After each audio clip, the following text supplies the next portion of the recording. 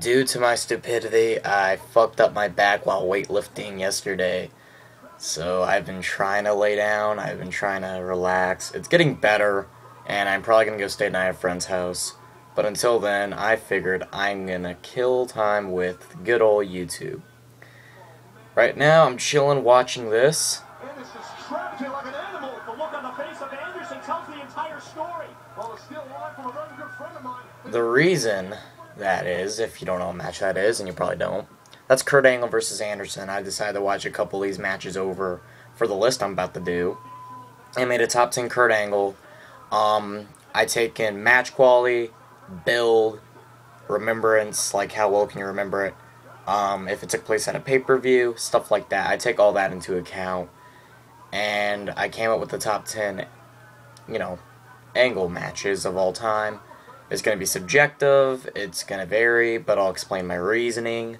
And other than that, this was requested by Spider Zero. Blank, blank, blank. So, and another blank. Alright, let's do this. Coming in at number 10, we got, here, this might shock people it's this high, but others it's like, they don't blame me. Brock Lesnar at WrestleMania 19.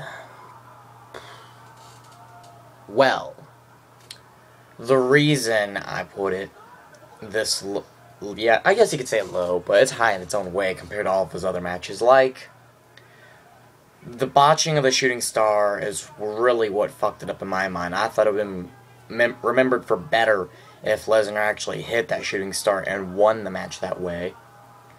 The build was okay, but I think they kind of like...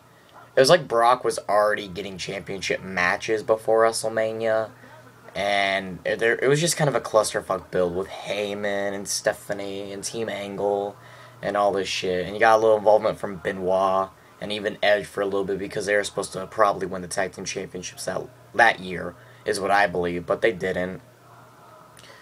And really, if you think about it, there's a match later on this list that's going to happen. And quite honestly, I actually think, match quality-wise, I think the SummerSlam match from 2003 between these two was actually better than this match. The reason that's not on here is because, like I said, I take build, I take the meaning since this was Brock Lesnar's first run.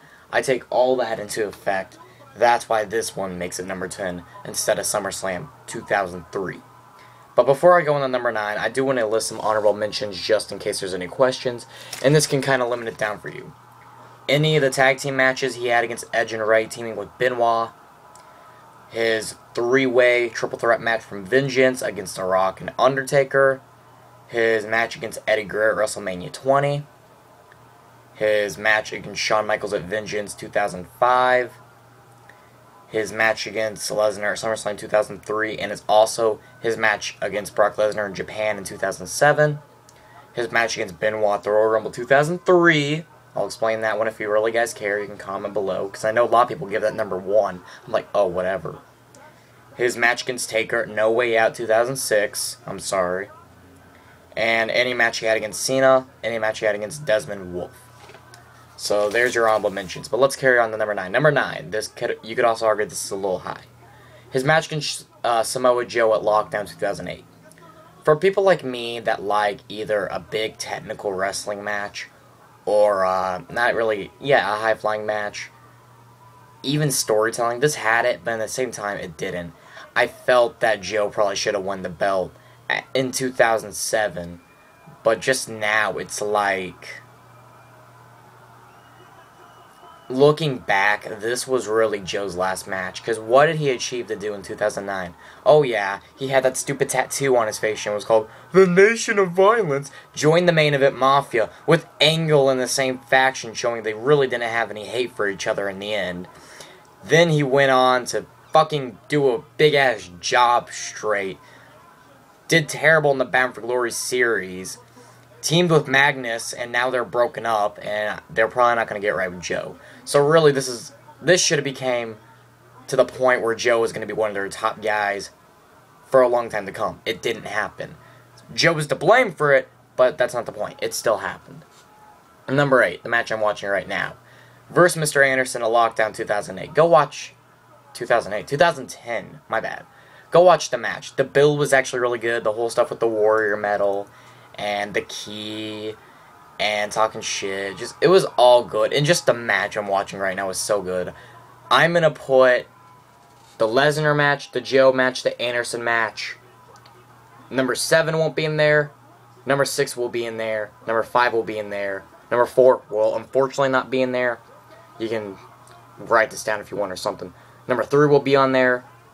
I think number 2 might be on there, and number 1 will be on there. So most of these will be on here. The only ones that I know won't is number 4. I might be able to find number 7. But I'll put some of these in the description box just in case you want to go watch the match itself. Number 7, versus Austin at SummerSlam 2001. This was really, to me, the best match that ever ended this qualification. And it really played off of making new stars. Because, really, in the Attitude Era, people thought, Austin, Rock, period. When you had Triple H, to be fair, and you also had none other than Kurt Angle. And he really showed he could play as a babyface in this match. That's why I'm a fan of this match. And, really, the match quality was good. You could say it kind of spoiled like the finishers because they're so often done in this match, but I thought it was really good, and I thought it kept Angle really strongly relevant and as a big time player in the Attitude Era, and especially the Invasion angle. Number 6, the reason this is in here, it was a pretty good match, but the reason it's in here, I thought this showed a new time for Angle, a new redevelopment of the character. His match against Edge, the hair versus hair match at Judgment Day 2002. When he was finally shaved bald, for a while he had the stupid wig thing, and I thought that was stupid. He had the wig and he put the wrestling helmet on it to keep the wig down. I thought that was stupid as fuck. But really, when he finally decided to go bald, it showed a redevelopment of the character. For a while he was in the mid-card, having pretty good matches. Finally went to a babyface again for a little bit. Won the championship from Big Show, went back to being a heel, forming Team Angle. And really just from there, it was smooth sailing until he left the WWE, then went to TNA. So really when he shaved his head, it showed a redevelopment of the character in a way, not fully. And that's good, because everyone, exaggeration. But a lot of people like Angle's wrestling hero gimmick and Olympic gold medalist, and that's the way it should be.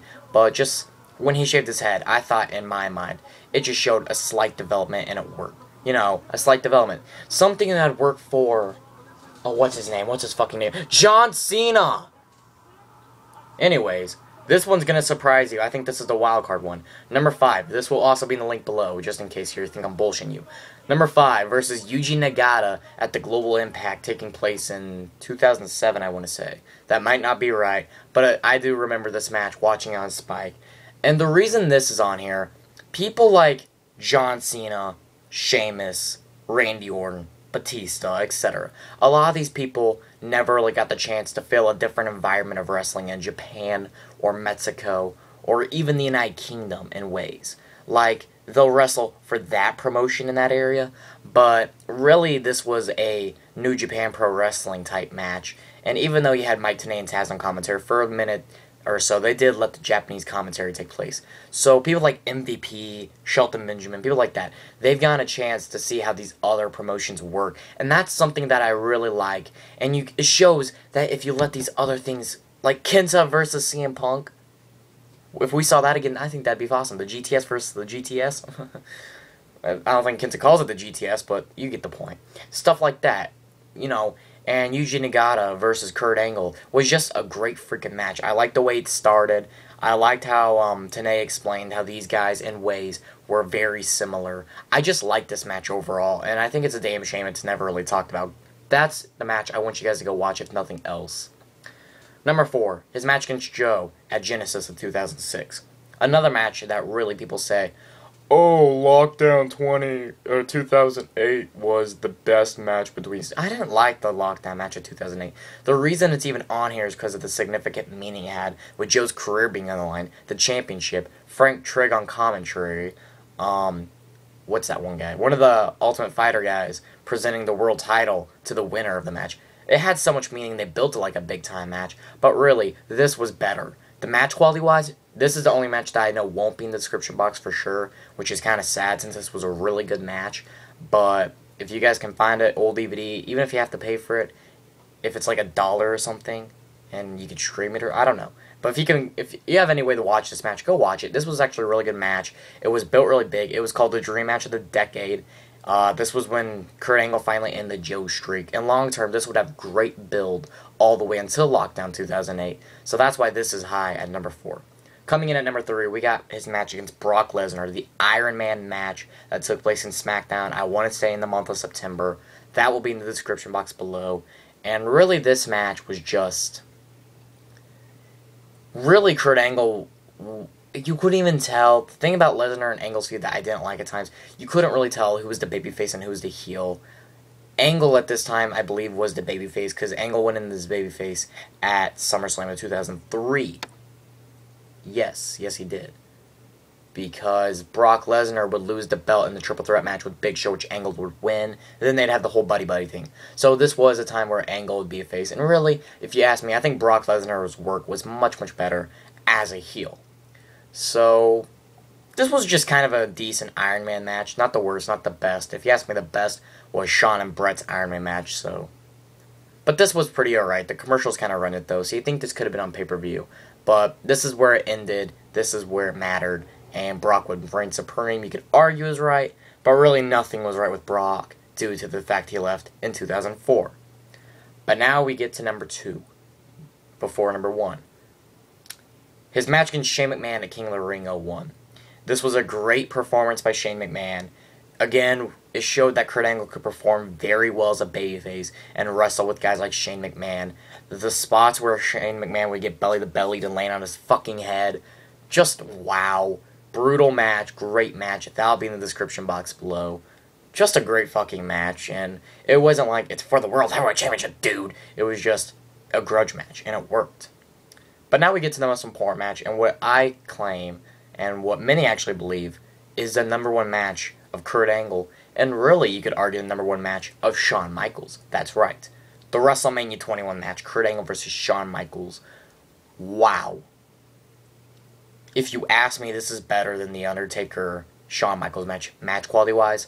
The build probably wasn't, but the build was still very good. The way Kurt Angle eliminated Shawn in the Royal Rumble, and just, they didn't constantly inflict with each other. They didn't constantly go at it. So the build wasn't overhauled or anything. It was just there. So just the way it was done was nice. The match was great. I love how after they would slowly, and I repeat, slowly build the Vengeance 2005, where Shawn would get his comeuppance. So really, just, I don't have any complaints about this feud, even though it wasn't long. I think they could have maybe had a third one if they really wanted to. But just, this was just great. I love this match. This is probably, I might even go as far as to say this is my favorite match of all time. I can't say much more. I love this match. Go check out this match if you've never seen it. It's a damn shame if you've never seen this match. So go watch all these matches if you can, if you have the time. If not, I would suggest probably go watch the Yuji Nagata match. It's about a 20-minute match, and it's solid. Go watch the King of the Ring match. Go watch the WrestleMania match. The rest of the matches you should watch, but if you don't, oh well. But that's it. That's my top 10 Angle matches. I'm not going to say I'm going to give all these 5 stars or anything. The number 1, number 2, and that's about it, is the only one I'll give 5 stars. But all these matches are great in its own way. So go check out these matches, especially the ones you haven't seen. The reason I made this is because Kurt Angle is my number 1 of all time. I'm a huge Kurt Angle mark. So that's why I made this list. Maybe one day I'll go ahead, I'll make a Shawn Michaels top 10, and I'll make a Chris Jericho top 10. There you go, guys. Those are my top 3 wrestlers of all time, if you did not know. So I just thought that was kind of nice to kind of go ahead and get my opinion out there, because a lot of people do ask about my opinion, and I actually appreciate that a lot. So go out, once again, check out these matches if you've never seen them. That's about it. Go even check out some of the honorable mentions, even though those links won't be in below. They won't. So, but go, if you really want to, go check out those matches. They're all good matches. I've never really seen Kurt Angle have a god-awful match, so that's all I gotta say. But that's about it. If you want, subscribe up above. You can like this video. You can comment your thoughts below. I enjoyed making this video. I enjoyed watching these matches. Hopefully you all enjoy watching some of these matches too if you decide to. We'll talk to y'all later. Peace.